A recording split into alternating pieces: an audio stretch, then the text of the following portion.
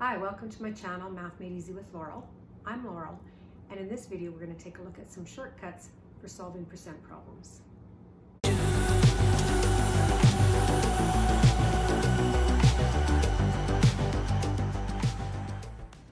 In the previous two videos, I talked about how to solve percent problems, and I introduced this equation where the percent is always over 100 and the amount goes over the base. I like this approach because we can use the same equation for any of the three types of percent problems. So if we had the first one, blank is 30% of 200, percent goes over 100,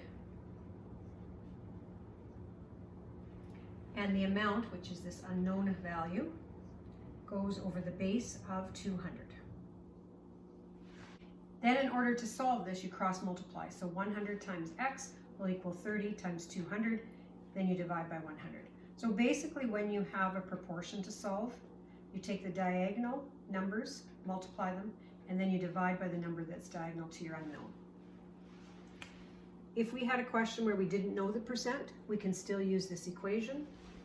My unknown is over 100 will equal the amount over the base. The base is the of number, out of 20, so 16 is the amount.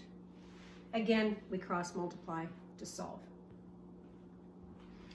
And the third type that we might encounter is when we don't know our base. We're told some number 4 is a certain percent of another number. Find that number. So in this case, the percent is known. That goes over 100. The amount is known, and that goes over our base, which we don't know. So this same equation works for all three types of percent problems. However, people often use shortcuts, so I want to talk about how you could do shortcuts if you were doing this type of problem or this type of problem. You don't need to use the shortcuts. This will always work. It's a matter of personal preference. So let's take a look at how the shortcuts work. When you're finding a certain percentage of a number, so this could be written as find 30% of 20, or 30% of 20 is what? It could be written different ways, but basically what we're finding is the percentage of a number. And when you're finding the percentage of a number, you can just multiply that number by the percentage. So we could take 20 and multiply by 30%. However, in order to work with 30%, I need to change that to a decimal. And the way I change a percent to a decimal is I divide by 100. I don't want to put it as a fraction, so the way I'm going to divide by 100 is I'm going to move the decimal point 2 places to the left. So in other words, I'm multiplying by 0.30. We can drop this 0, it's not necessary. When I multiply 20 times 0.3, I get 6.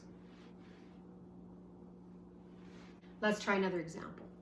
If I said find 6% of 10, I can take 10 and multiply by 6%. I need to change 6% to a decimal. So 6% I divide by 100, that will be 0.06. And then when I multiply 10 times 0.06, I get 0.6.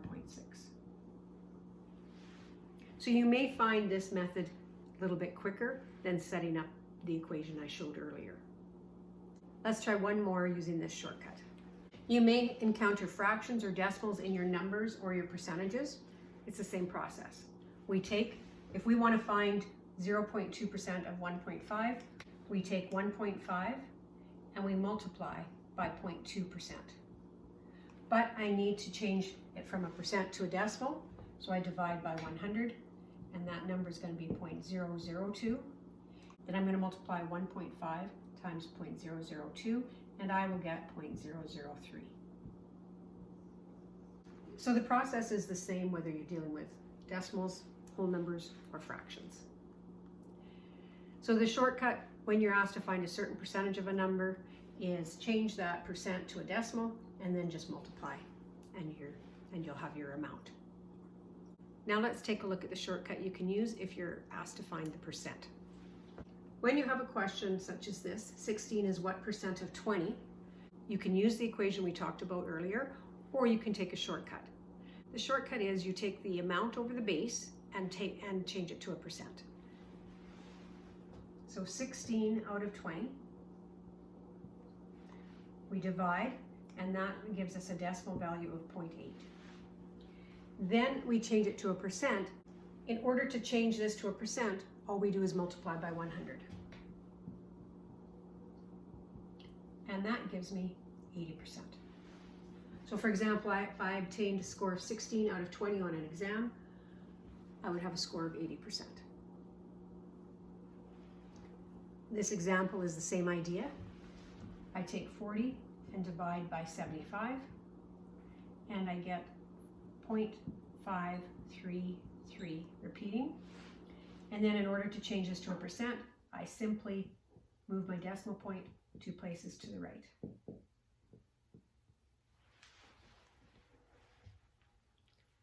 Let's try a couple more examples. Again, you can have decimals or fractions. In order to find what percent 0.1 is of 0.4, I can take 0.1 and divide by 0.4. If you prefer, you could multiply the numerator and the denominator by 10 to get an equivalent fraction of 1/4. So you either change this to a decimal or this to a decimal. You'll get the same result either way. 0.1 divided by 0.4 will be 0.25. 1 divided by 4 is 0.25.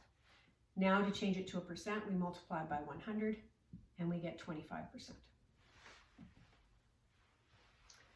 The last example has an amount larger than the base, and that can happen. So don't automatically think that the smaller number goes over the larger number. The of number is our base, so this is our amount over our base. We change this to a decimal. 120 divided by 50 is 2.4. Then I multiply by 100, and that's equal to 240%. So 120 is 240% of 50. So you choose what method you prefer. If you always want to stick to the same equation, that will work, or you can take these shortcuts. The key is to practice.